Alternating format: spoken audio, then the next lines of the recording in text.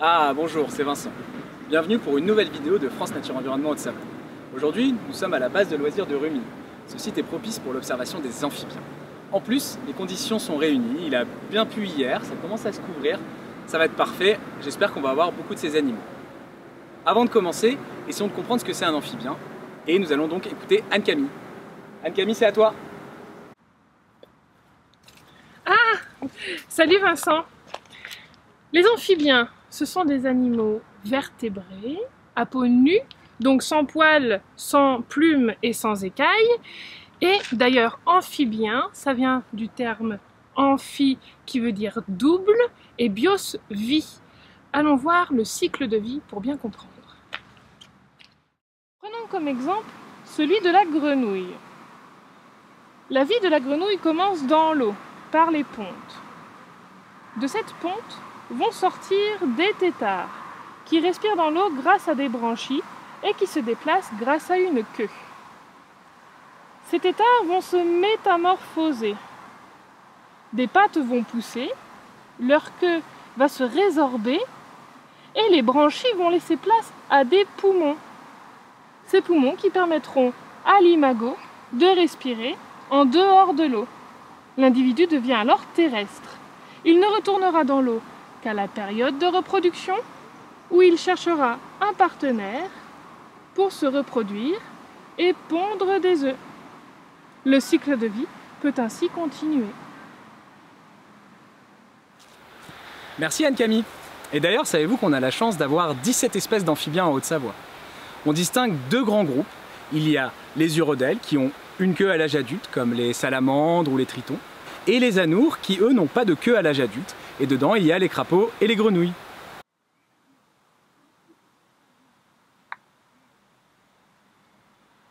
Eh bien moi, pendant ce temps-là, afin de mieux comprendre les amphibiens, je vais vivre leur vie. À tout à l'heure.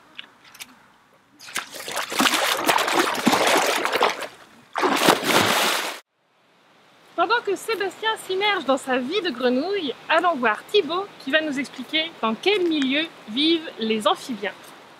Bonjour Thibaut! Bonjour Anne-Camille, bienvenue au bord de cette mare. Tu nous l'as dit, les amphibiens ont besoin de deux types de milieux pour vivre. Un milieu humide pour se reproduire et un milieu terrestre. Ici, des mares ont été créées spécialement pour un petit amphibien, le sonneur à ventre jaune, et je te propose d'essayer de l'observer juste derrière nous. Alors Anne-Camille, il faut chercher de tout petits crapauds gris. Il y en a plusieurs dans ces mares-là. Alors, ah bah tiens, il y en a un qui est sur la bâche là-bas sur notre gauche. Ces mares ont été construites spécialement pour ce petit crapaud, le sonneur à ventre jaune, Bombina variegata, qui est un crapaud qui bénéficie d'un plan national d'action à l'échelle de la France. Un crapaud qui est assez rare et menacé, mais nous avons la chance en Haute-Savoie d'en avoir encore de belles populations. Donc, ça nous donne une responsabilité supplémentaire ici pour le protéger. On le reconnaît déjà à sa petite taille, à son dos qui est grisâtre, qui lui permet de bien se camoufler dans la vase ou dans les mares. Il possède un ventre noir et jaune, avec un motif qui est unique à chaque individu. Et aussi, dernier petit élément de son anatomie qui est assez particulier, son œil présente une pupille en forme de cœur. D'un point de vue de ses milieux de reproduction, le sonneur à ventre jaune apprécie particulièrement les milieux pionniers, les mares temporaires, dans lesquels il y a peu de végétation, peu de prédateurs, peu de concurrents.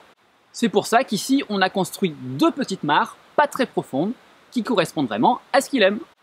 Oh regarde, une grenouille verte ici. Et oui, car la grenouille verte, elle peut s'adapter à tout type de zone humide. Donc on peut la trouver dans les petites mares, ou alors dans les temps où se trouve Sébastien. D'ailleurs, il en est où, lui? Ah bah, regarde, il est en train de sortir là-bas. Ouh, c'est pas évident d'être un amphibien. J'ai été vraiment beaucoup dérangé entre les chiens, entre les baigneurs, les bateaux. Heureusement qu'il y avait encore pas mal de roselières pour m'abriter avec mes copines. Sinon, je sais pas comment on aurait pu faire.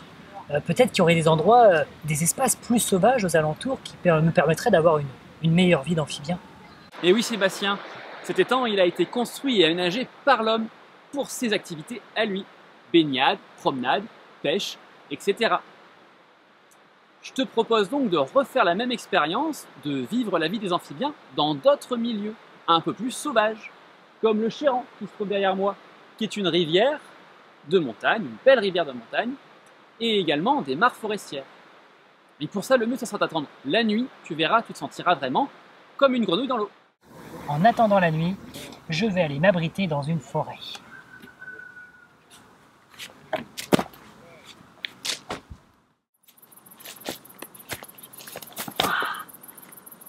Ouh! Ah, ça a été vraiment, mais vraiment plus long que ce que je pensais. Il fait déjà nuit et me voilà pas tout à fait arrivé. Il me reste encore, à vue de nez, une trentaine de mètres pour arriver à ma forêt. J'ai dû me protéger dans les herbes hautes parce qu'il y avait énormément de prédateurs. Il a fait très chaud. Il a même pas plu une goutte de pluie. Eh bien, vous allez maintenant vous mettre vous aussi à la place d'amphibien. Je vais prendre ma caméra et vous allez voir ce que je vois.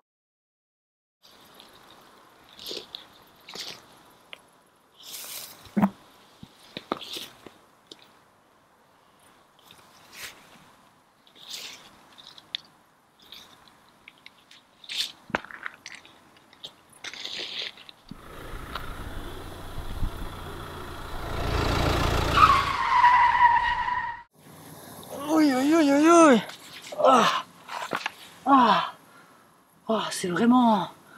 Vous avez vu, j'ai failli me faire aplatir comme une crêpe. Non mais c'est incroyable.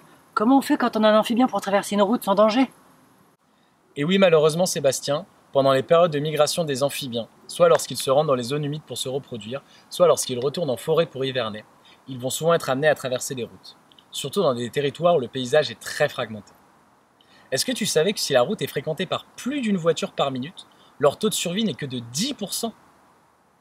C'est pour ça que pendant les périodes de migration des amphibiens, souvent au printemps, on va installer sur les sites d'écrasement des dispositifs anti-écrasement, comme par exemple des filets le long de la route, pour pouvoir récupérer les amphibiens dans des seaux et les faire passer de l'autre côté.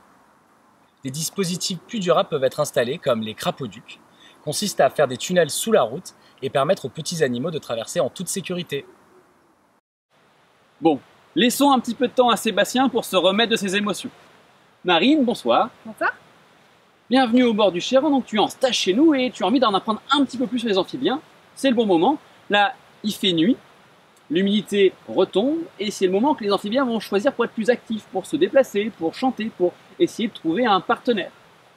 Donc on va se promener dans le coin. Ici, c'est plus sauvage qu'à la base de loisirs. Ils sont donc un petit peu plus tranquilles, ils ont des milieux naturels qui leur correspondent mieux.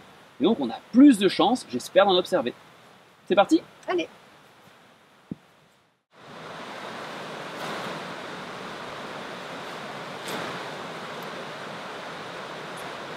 Nous voici donc au bord du Chéran, plus précisément au bord de l'un de ses bras morts, un endroit qui est rechargé en eau par la rivière pendant les crues. On a donc une eau qui est plutôt stagnante, parfaite pour les amphibiens, comme le sonneur à ventre jaune que nous retrouvons ici également. À vrai dire, ce sont plutôt ce type de milieu qui correspond à son milieu naturel. Tout à l'heure, les mares étaient parfaitement artificielles, elles ont été créées, construites par l'humain pour aider le sonneur à survivre. Pourquoi on a besoin de créer ce genre de mare? Parce que malheureusement, les milieux naturels ont beaucoup disparu. Les zones humides ont extrêmement régressé. Depuis 1900, il y en a 64% qui ont disparu à l'échelle du globe. Il faut donc préserver ces dernières zones humides naturelles que nous avons, comme ici au bord du Chéran. Ah, tu entends, Marine? Ces petits cris sont le chant d'un petit crapaud qui est l'alite accoucheur, une espèce donc différente que le sonneur à ventre jaune. Lui aussi apprécie particulièrement les bords de cours d'eau. Comme on l'entend, il ne doit pas être loin.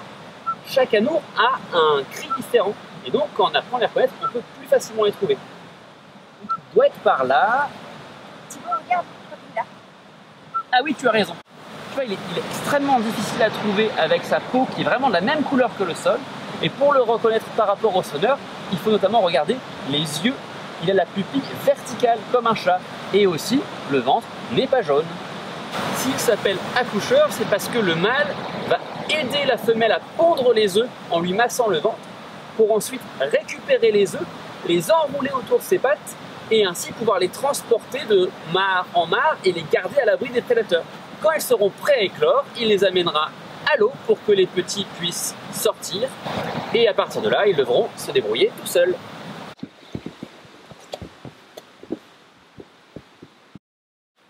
Regarde Marine, ici on a un jeune crapaud commun. C'est l'une des espèces les plus communes de Haute-Savoie. Il est mignon, hein? Ah oui. Mais Thibaut, comment fait-on la différence entre un crapaud et une grenouille? Alors il y a plusieurs critères d'identification. Déjà si tu regardes bien, sa peau est très rugueuse alors que la peau d'une grenouille serait beaucoup plus lisse.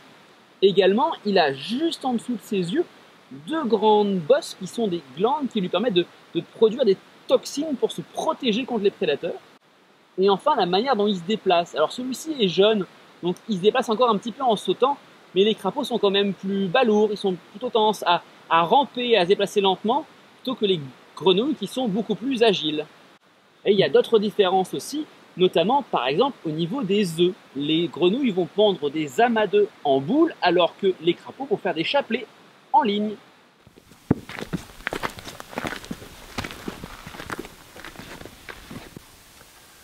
Nous voici donc encore un peu plus haut, cette fois-ci dans les forêts du Semnoz, sur la commune de Gruffy, au bord de la mare de la Stelle. Ici nous avons un milieu différent, beaucoup plus végétalisé, avec une eau très calme qui va abriter donc d'autres amphibiens. On va notamment pouvoir y trouver la grenouille rousse, l'amphibien le plus commun de Haute-Savoie, qui est très présent dans les milieux forestiers, aussi bien en plaine qu'en montagne, et également le triton alpestre, un joli triton avec le ventre orange pour le mâle, très flashy, et qui va venir ici à la fois pour se reproduire, pondre ses œufs et avoir donc ses larves, mais aussi pour se nourrir, puisqu'il va pendant tout l'été venir manger notamment les larves de certains insectes et les œufs des autres amphibiens. Ça a été une journée mouvementée. Se mettre dans la vie des amphibiens, eh bien c'est vraiment pas facile. Voir comment ils peuvent nager, s'abriter, ne pas se faire dévorer par les prédateurs. C'est vrai que mener une vie comme celle-ci, ce n'est pas évident. Cependant, ça a été une expérience extraordinaire. J'ai pu voir de nombreuses espèces différentes et maintenant je comprends mieux pourquoi on essaye de les aider en recréant des milieux, comme la mare qu'il y a derrière nous par exemple, ou quand on essaye de laisser des herbes hautes à droite à gauche. Merci d'avoir regardé notre vidéo, nous espérons sincèrement qu'elle vous a plu. Si vous voulez en savoir plus sur les amphibiens, vous trouverez des ressources en description de cette vidéo. N'oubliez pas de suivre France Nature Environnement Haute-Savoie sur nos réseaux sociaux et sur notre site internet. À bientôt! À bientôt!